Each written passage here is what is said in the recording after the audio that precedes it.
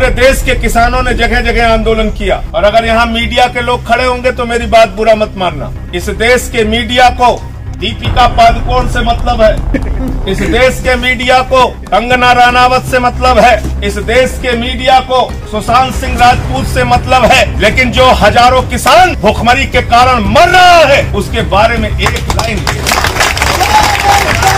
इस देश में कोई नेशनल हाईवे बने, सबसे पहले किसान की जमीन चाहिए।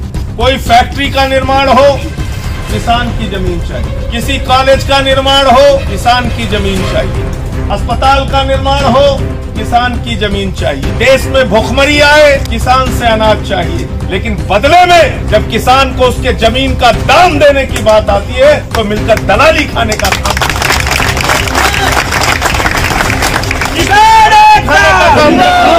और इस दलाली को खाने में कौन कौन से लोग शामिल हैं? वो पूंजीपति जो आपका जमीन लेता है। इस बिल में मोदी जी ने ऐसा फार्मूला दे दिया है कि दलाल खत्म हो जाएंगे। अरे मोदी जी, ये दलाल जो अधिकारी के रूप में डीएम और एसडीएम के दफ्तरों में बैठे हैं, इनको कैसे दूर करोगे? पहले इन दलाल तो हर जिले में मौजूद हैं, यही पूंजीपतियों के दलाल हैं। और इनको भी छोड़ दो, जो मंत्री बैठे हुए हैं, सरकार में जो नेता बैठे हुए हैं, जो ये पूंजीपतियों के दलाल हैं, इनकी दलाली कैसे दूर करोगे? इनको बिचौलिए से कैसे हटाओगे? बताओ। तो इस पूरे देश के किसानों ने जगह जगह आंदोलन किया। और अगर यहाँ मीडिया के लोग खड़े होंगे तो मेरी बात बुरा मत मानना। इस देश के मीडिया को दीपिका पादुकोण से मतलब है, इस देश के मीडिया को कंगना रनावत से मतलब है, इस देश के मीडिया को सुशांत सिंह राजपूत से मतलब है, लेकिन जो हजारों किसान भुखमरी के कारण मर रहा है उसके बारे में एक लाइन। शर्म आती है तुम्हें? पूरे देश के अंदर आंदोलन हुआ, सड़कों पे कल किसान निकले, पंजाब के अंदर निकले, हरियाणा के अंदर निकले, उत्तर प्रदेश में निकले, कर्नाटक में निकले, गुजरात में निकले, केरल में निकले, हिंदुस्तान के हर हिस्से में आंदोलन हुआ। लेकिन आप क्या चला रहे हो? दीपिका पादुकोण, कंगना रनावत, रिया चक्रवर्ती। अरे निकलो, इस देश के चौथे स्तंभ हो। तुम्हारे पेट में भी रोटी इन्हीं किसानों की बदौलत पहुंची। और मैंने देश की संसद में कहा था कि प्रधानमंत्री जी किसी अहंकार में मत रहना। चाय पिलाने आ गए थे दूसरे दिन जब मैं धरने पर बैठा था। बोले साहब चाय पी लीजिए, उप सभापति जी का दिल बहुत बड़ा हो गया, वो आपको चाय पिलाने आए। मैंने कहा मैं चाय की लड़ाई नहीं लड़ रहा हूँ, किसानों के चावल के दाम की लड़ाई लड़ रहा हूँ। चाय की लड़ाई मैं नहीं लड़ रहा। किसान को उसके फसल का दाम चाहिए, मैं इस बात की लड़ाई लड़ रहा। और मैंने आदर पूर्वक उनकी चाय वापस कर दी। चाय पिलाकर बेवकूफ बनाने का धंधा आप बंद कीजिए। मोदी जी, 6 साल हो गया आपने किसानों को ठगने का काम। क्या वादा किया था आपने 2014 में? किसानों से रैलियां कर करके पूरे देश में वादा किया था C2 के ऊपर फसल का 50% मुनाफा दिया जाएगा। गलत तो नहीं कह रहा हूँ? C2 यानी फसल की लागत मूल्य के ऊपर 50% मुनाफा दिया जाएगा। यही तो स्वामीनाथन आयोग की रिपोर्ट है। गलत तो नहीं कह रहा हूँ? आज तक मिली क्या आपको स्वामीनाथन आयोग की रिपोर्ट? मिल गया क्या फसल के ऊपर 50% दाम?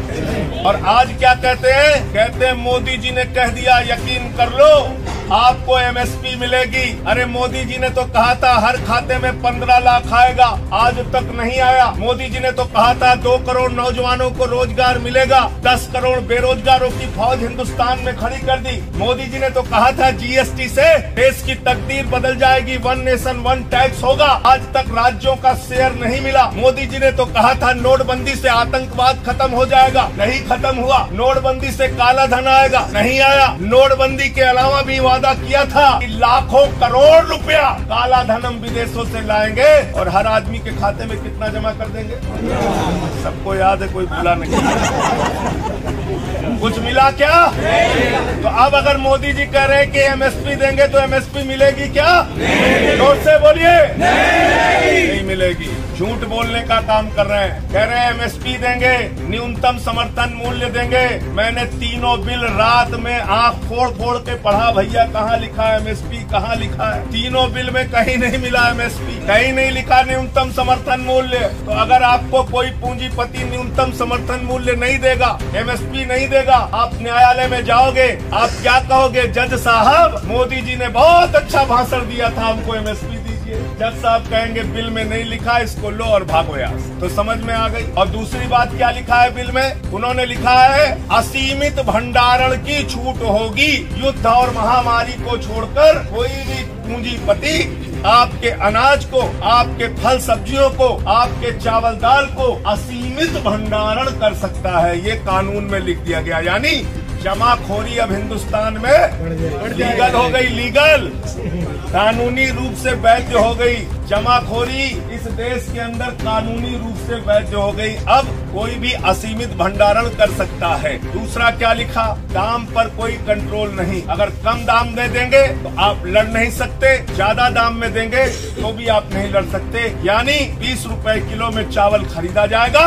अडानी अंबानी बड़े बड़े पूंजीपति उसको अपने स्टोर में रखेंगे और जब बाजार में चावल की, दाल की, गेहूं की कमी हो जाएगी तो वही चावल और दाल, गेहूं आपको 50 रुपए और 100 रुपए किलो में बेचा जाएगा। कालाबाजारी और महंगाई तीनों को बढ़ावा देने वाला ये बिल है। आज इस बिल की हकीकत जिसको समझ में नहीं आ रही है, याद रखना आने वाले दिनों में हिंदुस्तान के लोग खून के आंसू रोएंगे। इसलिए साथियों और दोस्तों, इस बिल का विरोध मैंने संसद में भी किया और सड़क पर भी कर रहा हूं, आगे भी करूंगा। साथ और सहयोग चाहिए, हम लोग मिलकर इस।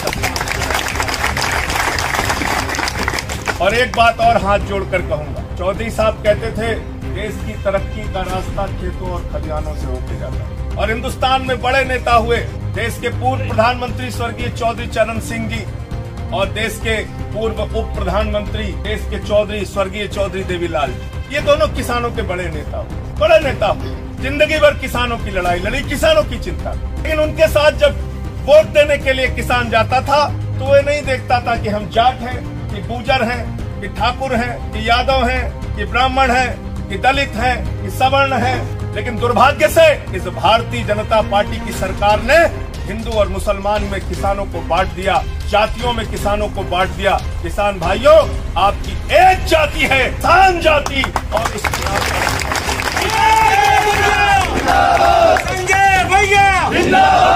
कोई अगला पिछड़ा दलित सवर्ण हिंदू मुसलमान नहीं, किसान हमारी जाति है। जो किसानों के हक में काम करेगा वो देश की सत्ता पर राज करेगा। किसानों के हक में काम नहीं करेगा उसका कालर पकड़ के हम सत्ता से नीचे फेंकने का काम करेंगे। इस खबर को अभी लाइक करें, शेयर करें और ऑनलाइन न्यूज इंडिया की सभी खबरें अपने मोबाइल फोन पर सबसे पहले देखने के लिए अभी चैनल को सब्सक्राइब करें और घंटी जरूर दबाएं।